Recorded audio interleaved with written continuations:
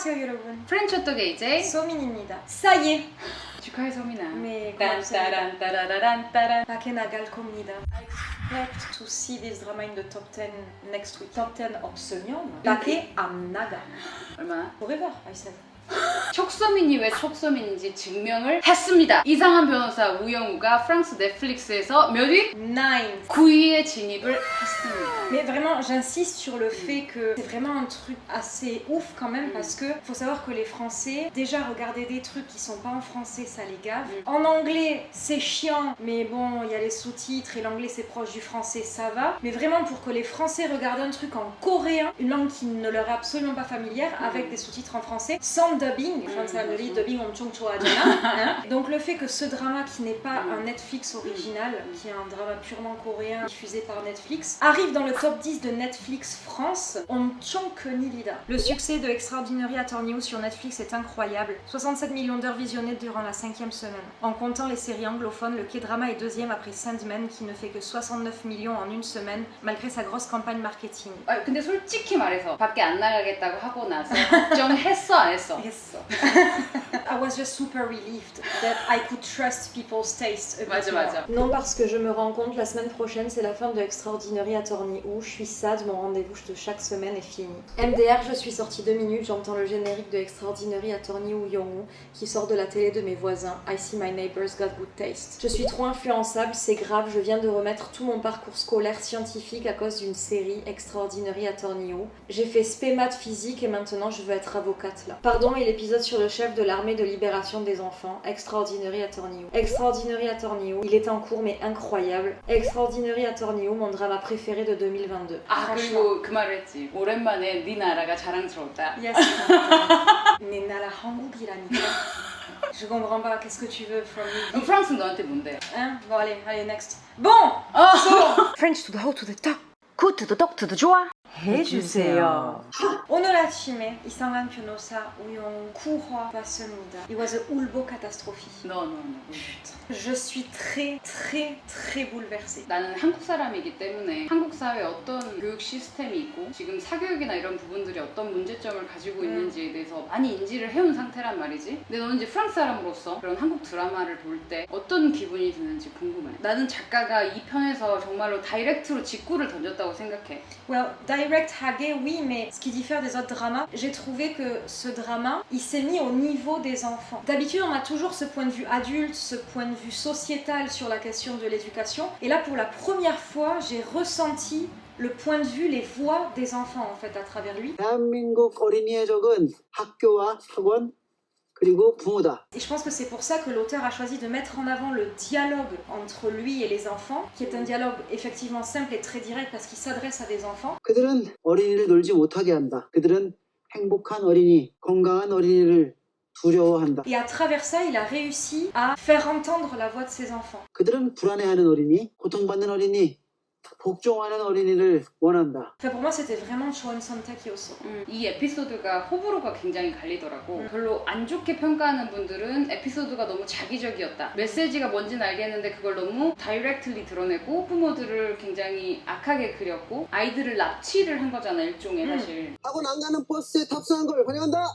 아저씨 누구예요? 부모님의 허락 없이 4시간 동안이나 미싱이 된 상태였었으니까. 근데 그 납치를 한 납치범을 미화한 건 아니냐. 대부분의 학부모 엄마들이었지. 엄마들이 굉장히 극성 맞고 자식의 미래의 행복을 위해서 지금을 포기하게 만든 게 너무 당연하게끔 그게 전부가 아닐 텐데 그런 식으로 그려서 불편했다. 아주 그게 분하더라고. 이런 의견들이 있었고 근데 그 와중에 이 드라마를 초등학생 자녀와 뭐 중학생 자녀랑 같이 보고 있는데 그 친구들은 에피소드를 보면서 뭐 계속 웃더래. 근데 나는 거기에서 사실 제가 말한 대로 이 에피소드가 기존의 한국 사회 교육 문제를 지적했던 다른 뭐 드라마나 차이점이 있다면 굉장히 아이들의 시선으로 맞춰서 방구뽕이라는 이름도 어른들이 듣기에 무슨 유치하게 이름 방구뽕이야. 근데 그럼 방구뽕이라는 말 들어도 막 웃어. 이름이 진짜 방금뽕이에요?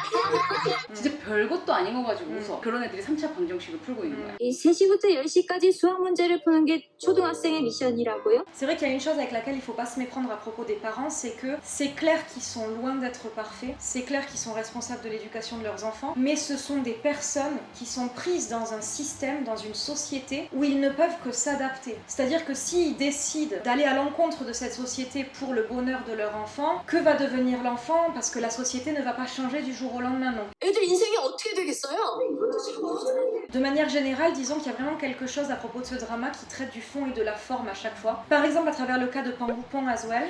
난 초딩인가 봐. Voilà, c'est ça. No, 어른 아니야. C'est clair qu'on peut pas nier dans la forme. Ce qu'il a fait, c'est archi condamnable. Il a quand même drogué, enfin foutu des somnifères dans le bus driver. Il a emmené des enfants sans le consentement des parents quelque part. Donc dans la forme, c'est vraiment pas bien. Mais dans le fond, le message qu'il veut faire passer, c'était extraordinaire.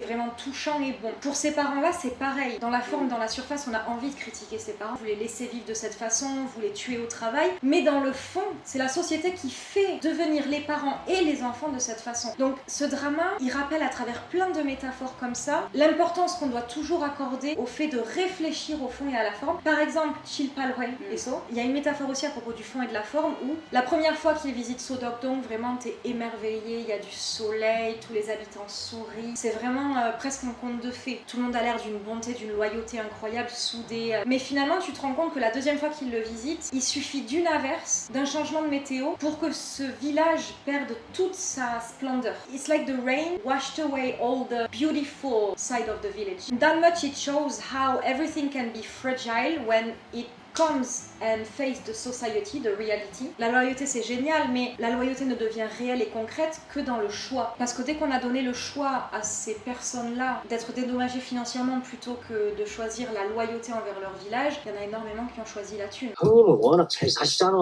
응? 어차피 수영 겪으면 한 푼이라도 더 갖고 싶은 이 마음을. Et c'est là la réalité de notre société, hyper compétitrice, hyper consommatrice. Et ça, malheureusement, personne en tant qu'individu n'y peut quoi que ce soit en fait. Il y a vraiment tout le temps cette double dimension qu'on retrouve aussi dans l'épisode 9 à travers ce cas-là. For me, parents are unaware victim of the society. But at the same time, it doesn't mean that you can't blame the parents because if you never try, you never get what you want. 라떼는이 나오는데 내가 어렸을 때만 해도 사실 놀이터에서 친구들이랑 정말로 막 놀았거든. 내 삶의 절반은 놀이였어. 근데 언제부턴가 놀이터에 아이들이 뛰어노는 걸 볼 수가 없더라고. Ah ouais. 어린이들이 놀이터에 없어. 다 어디가 있냐면은 학교 끝나고 나서 다 학원을 가. 내가 학원에서 선생님을 했잖아. 애들한테 물어봐 하루 스케줄이 어떻게 되냐고. 그러면은 대부분 1시 정도에 잠을 잔대. 근데 그때는 10시까지만 학원을 운영할 수 있었어. 그 법적으로 이제 사교육을 제재를 한다 그래서. 근데 10시에 학원 끝나고 독서실을 가서 공부를 하고 12시에 집에 가서 잠 1시 정도에 잔다더라. 초등학생들이. Mais 부모님 언제 봐? 부모님을 거의 못 보지 그러니까.